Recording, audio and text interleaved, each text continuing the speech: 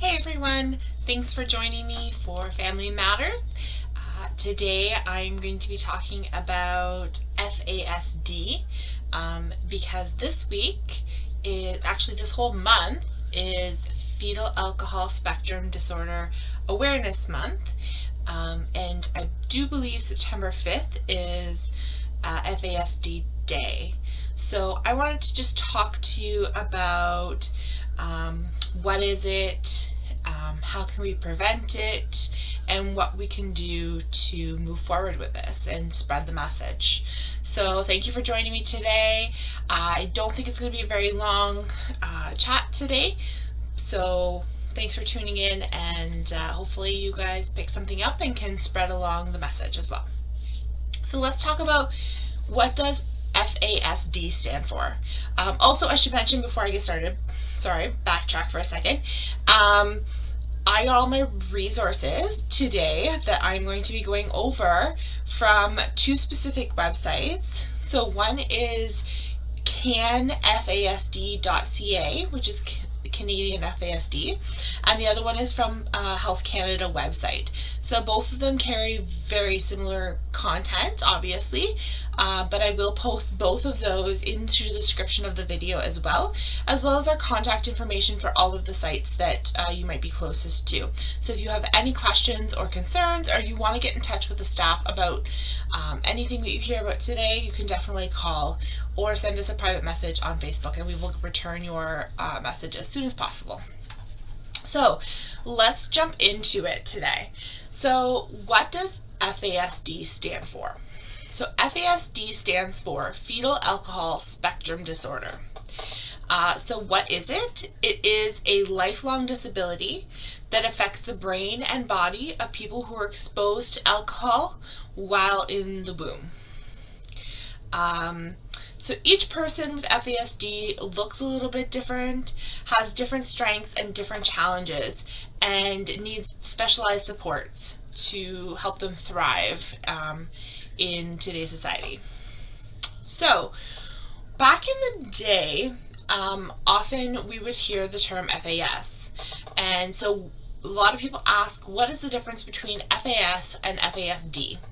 So FAS stands for Fetal Alcohol Syndrome, and that was first, and I'm going to look at my notes here just because I don't want to get the dates wrong. So the term FAS was used in 1973 to describe a specific set of birth defects that were caused from prenatal, so while you were pregnant, alcohol exposure.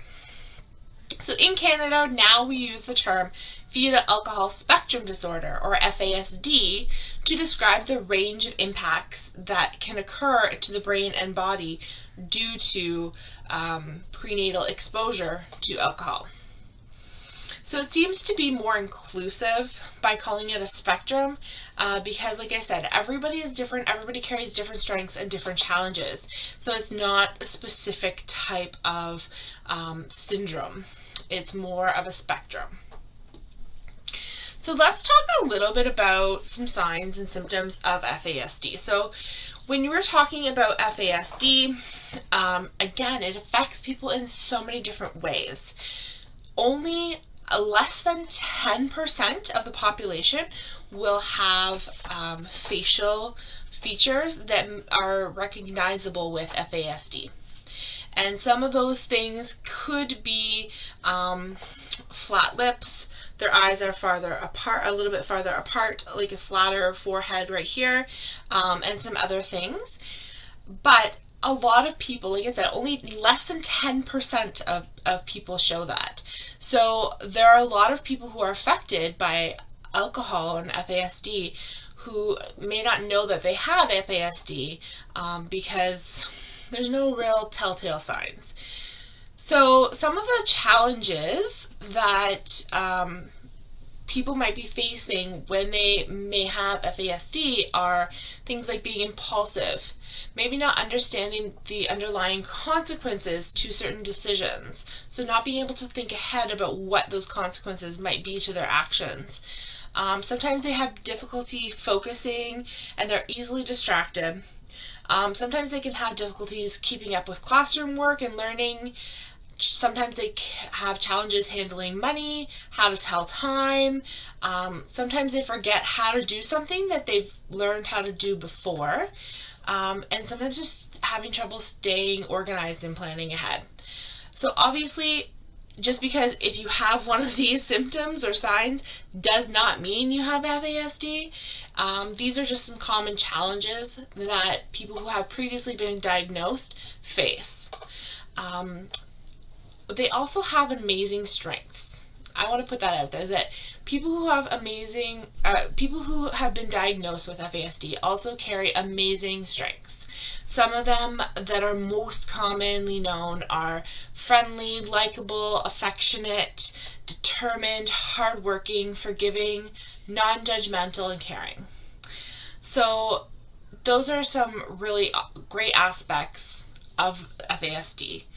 But again, each individual is going to have a different experience and experience different challenges. And it also depends on how much support that they've had in their life and how, if they've been diagnosed, early enough, how that might affect where they are in terms of those challenges. So again, everyone is different. Depending on the supports that they have involved, may determine how things are looking in their life now. So another question that often gets asked is, can the brain recover from FASD? So I am fascinated by brain development, especially in early childhood and children and babies and infants. I think the brain is a remarkable thing. We are born with billions of neurons, and through our early years, they're making all of these connections. And the brain does amazing things and can recover from a lot of things. But unfortunately, FASD is a lifelong disorder, and there's no cure for FASD. However, that being said, with early and appropriate supports that have a positive impact, they can improve the outcomes for an individual with FASD. So, how can we tell if someone has FASD? The short answer is you can't. You can't tell if someone has FASD. Like I said, a very small percentage, so less than 10%, have visual facial markers sometimes that are common with symptoms of FASD. However, again, less than 10%, so chances are you're not going to know. There's no medical test to tell if you have FASD. So that's, again, I'm happy they changed the terminology from a syndrome to a spectrum disorder. Sorry, I had to think about that for a second. Because it's not something that genetically is just wrong with your code and they can test for that specific gene or something like that. This is something that we will talk about diagnosis a little bit later, but you can be diagnosed with FASD, but it takes a very long time. So there is no cure, and there's really no way to tell unless you've been tested. And by tested, I don't mean like a blood test or something like that.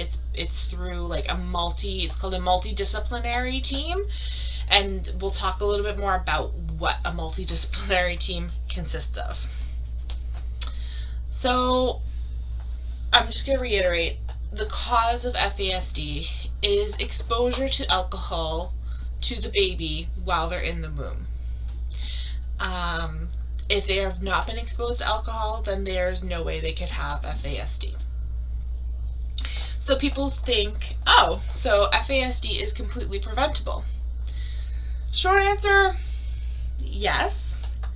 However, let's take into consideration some really important factors when we're talking about FASD. If we look at pregnancy, about 50% of pregnancies in Canada are actually not planned, which is not that surprising. So keeping in mind, Is it preventable? Of course. If you are taking active steps to use birth control to prevent an unwanted pregnancy, you are definitely going to be preventing FASD by not having babies. Perfect. Now, if you have been pregnant before, or if you know a little bit about it, oftentimes women don't find out they're pregnant until they're about anywhere from 4 to sometimes 10 weeks along. And that's a big component when it comes to making a baby. There are so many cells that are replicating, and so much is happening in those 10 weeks that sometimes women just don't realize they're pregnant. And in that time, depending on their lifestyle and how it goes, sometimes they're drinking, which means that there is a possibility that your child may have FASD because you have been consuming alcohol while pregnant, even though you didn't know you're pregnant. So as much as FASD is preventable, sometimes we're not intentionally doing it. Another factor that we might want to look at is substance abuse or addictions. If you are someone who is addicted to alcohol and you find out you're pregnant, it can be very difficult and not recommended to stop cold turkey. That you need to go and speak with a doctor, that you need to go on a withdrawal program. So in those cases, again, your child may be introduced to alcohol in the womb, but it's because you're facing abuse or trauma or an addiction. And we have to be really careful because we don't want to stigmatize or make those people feel bad because they didn't know or they couldn't control it. We need to be there to support them and help them learn, and just to help them support and be a support for them. So again, when we talk about is FASD preventable, and I did say short answer yes, but the issue is so much more complex than we think it is. And as a society, as family members, as parents, we need to be there to support these women and just to help them overcome these barriers to have a healthy pregnancy, as healthy as it can be for them. So keeping that in mind, let's talk about, this is a big question, and this raises a lot of conversation because it depends on who you ask. Your answer might be different. So this question is there any amount of alcohol that is safe to drink during pregnancy? If you watched, I believe it was The Social a few years ago, they had a doctor on their show and they were talking about prenatal care, and this question was asked, and she said that having a glass of wine with dinner once in a while is not that big of a deal, which sparked complete outrage because there is no known safe amount, type, or time to drink during pregnancy. So what I mean by this is that there is no safe amount. So they don't know how much alcohol it takes to have a child who has FASD. And it's because there is no way to really know that. There's no way for them to say, oh, if you have less than 2 ounces, you're fine. Because everybody's genetic makeup is different.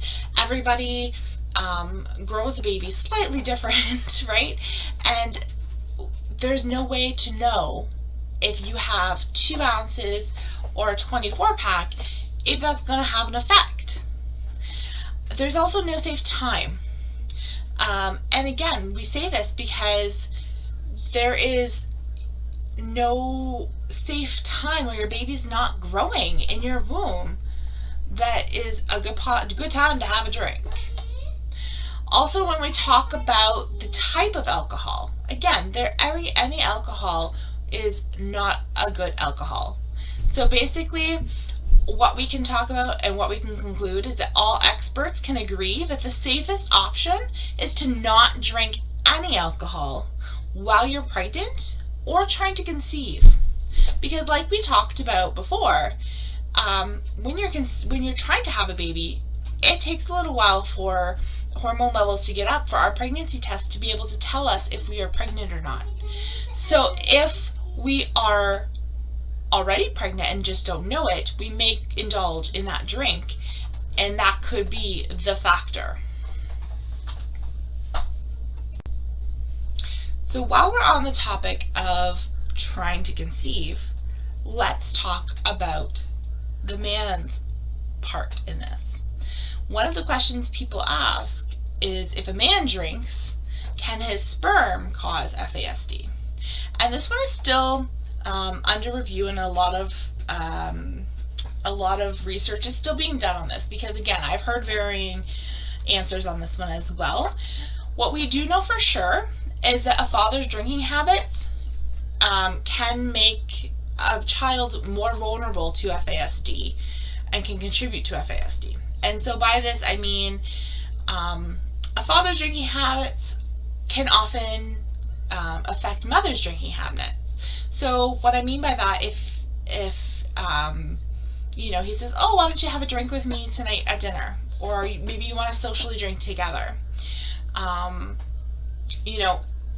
having a partner who is on board with not drinking while you're not drinking makes it a lot easier to not drink. So alcohol consumption in fathers has been associated with higher levels of alcohol consumption in mothers during pregnancy, babies born earlier and weighing less, which may also be involved because of mother was drinking, lower success rates in assisted reproductive treatments. So these are things like in vitro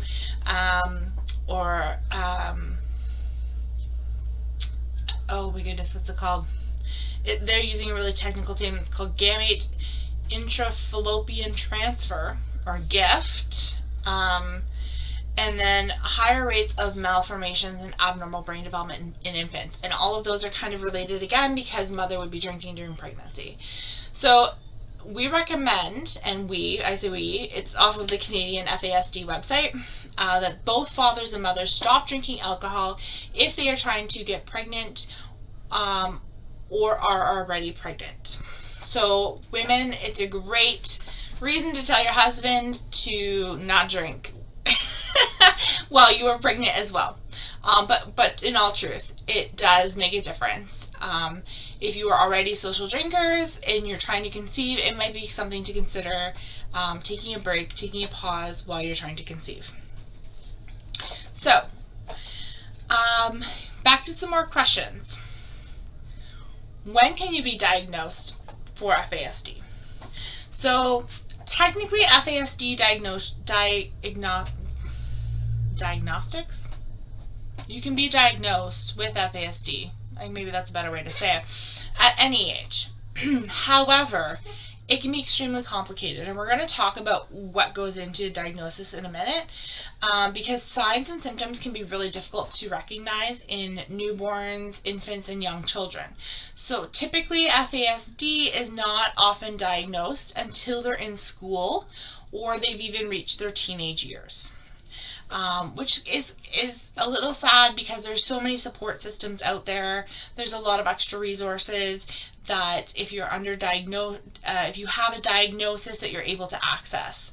So if you think that your child or even yourself may have FASD, or if you know somebody who you think might benefit from getting diagnosed, it can be a very sensitive subject, so please tread very lightly. However, if you are concerned about a child or a family member, it can be an adult, it doesn't have to be a child, that might have FASD, you can talk to your healthcare provider and get a referral. There's a lot of diagnostic clinics across Canada.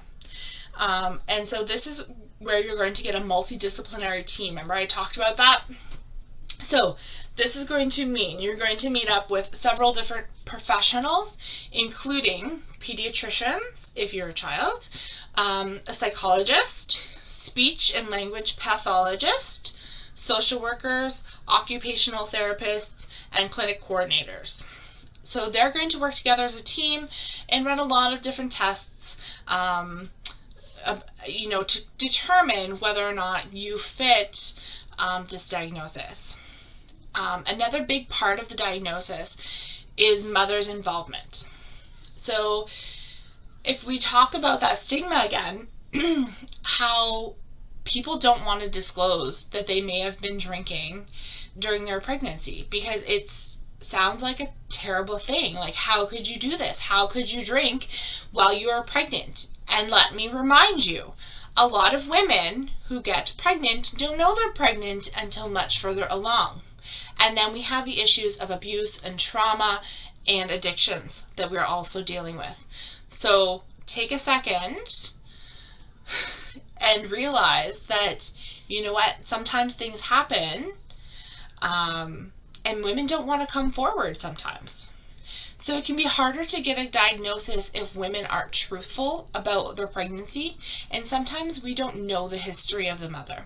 In those cases, I'm talking about those children who may have been adopted or in foster care because they were given up at birth or taken away at birth, and we don't necessarily know mother's history. Those cases are also very hard to diagnose. So you can get tested. It can be a lengthier process. However, once you are tested, there are numerous resources out there to help with learning and just many supports and opportunities that come along with the diagnosis. So again, if you think it's something that you want to talk about or you're not sure, you can reach out to one of us and we would happily chat to you about it and help you get that referral that you need. So I'm just going to go through a couple quick facts about FASD and then we're going to wrap it up. So FASD impacts approximately 4% of Canadians. 4%. FASD impacts more people in Canada than autism spectrum disorder, cerebral palsy, and Down syndrome combined. Individuals with FASD are known for having a number of different strengths, including being friendly, likable, affectionate, determined, hardworking, forgiving, non-judgmental, and caring. And we talked about those later. And I love that we are focusing on the strengths that comes along with this spectrum disorder. I think it's so important because oftentimes we focus so much on the negative aspects of a disorder or a syndrome, but we always forget that there's such a good part, there's another part to this. So I'm so happy that they've actually put that right into these facts and into this information, because these are amazing people. They're just facing some challenges. 90% of individuals with FASD also experience mental health issues. 90%. That's huge. A huge number, 90%. So keeping in mind that if you are working with someone who has FASD or you have a child with FASD, that there are going to be some mental health issues, and that accessing those resources that I talked about are going to be a huge help and a huge support any point down the road. Individuals with FASD achieve positive outcomes if their needs and challenges are addressed early on in life and they have access to supports that carry into adulthood. So again, just because someone is diagnosed with FASD does not mean that this is the end-all be-all. They can live very fulfilling, very positive lives, and with the right support and access early in life that carry through to adulthood, because let's be honest, I don't think any of us adults got our stuff together. They're going to lead a great life, a wonderful life. So that's basically all I have for you today. And again, I wanted to bring this to light because September is FASD Awareness Month. So please feel free to share some of these facts If you hear somebody talking about it, interject and say, hey, I actually heard this, and this is the actual fact. Check out the websites for yourself. There's some more information on there that we didn't touch on today. If you want to know more in-depth stuff, and if you just want to talk about it, have any questions, please feel free to reach out and contact us at the numbers that I've put in the description or through Facebook and a private message. So thanks everybody for tuning in to Family Matters, and we will see you next week.